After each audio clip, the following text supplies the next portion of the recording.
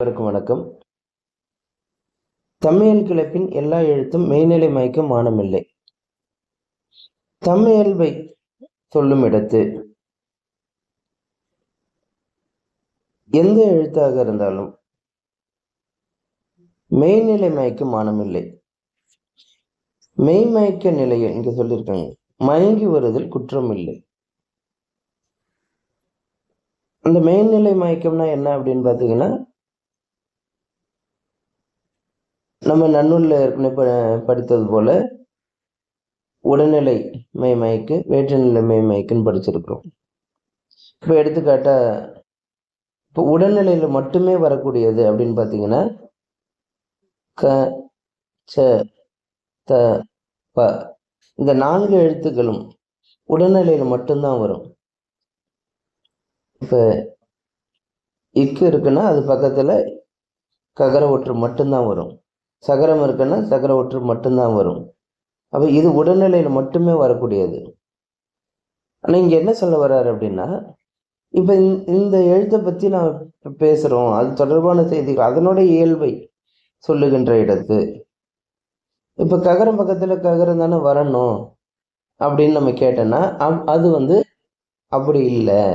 ஏன்னா இந்த எழுத்துக்களுக்கான இலக்கணம் சொல்லும் பொழுது, அந்த எழுத்துடைய தன்மையை சொல்லும் பொழுது, அது இலக்கணம் தான் முக்கியமே தவிர, அந்த தன்மையை சொல்லுகின்ற அந்த செய்தி தான் முக்கியமே தவிர, இந்த இந்த மெய்நிலை இது பக்கத்துல இதுதான் வரணும் அப்படின்ற மாதிரியான அந்த மெய்மயக்கம் என்பது அது மயங்கி வரும். கண்டிப்பா அந்த ரூல்ல ஃபாலோ பண்ணணும்னு கட்டாயம் கிடையாது.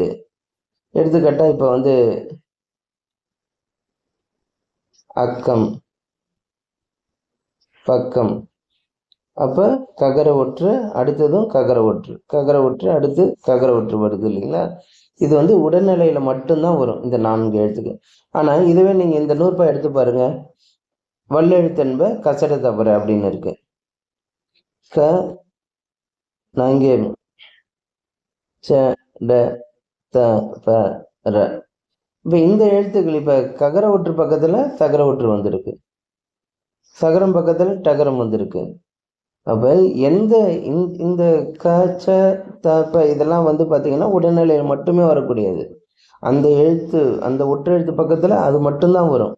ஆனா இங்கே வல்லின எழுத்துக்கள் அப்படின்ற அதை சொல்வதற்கு பார்த்தீங்கன்னா, இது பக்கத்துல இது வரக்கூடாது அப்படின்னு நம்ம சொல்ல முடியாது. வல்லெழுத்து தான் அங்க சொல்ல போறாங்க, அதுக்கான இலக்கணம் சொல்ல போறாங்க. இந்த எழுத்துக்களுடைய தன்மை என்னன்னா வல்லின எழுத்துக்கள் அப்படின்ற அதனுடைய ஒலிப்பு முறையை அங்க சொல்றாங்க. அந்த நேரத்துல மெய்நிலை மயக்கம் மானமில்லை. அத மாதிரி மயங்கி வந்தால் குற்றம் இல்லை. இதுதான் இந்த நூற்பாவுடைய கருத்து. ரொம்ப எளிமையான நூற்பாதான். நன்றி, வணக்கம்.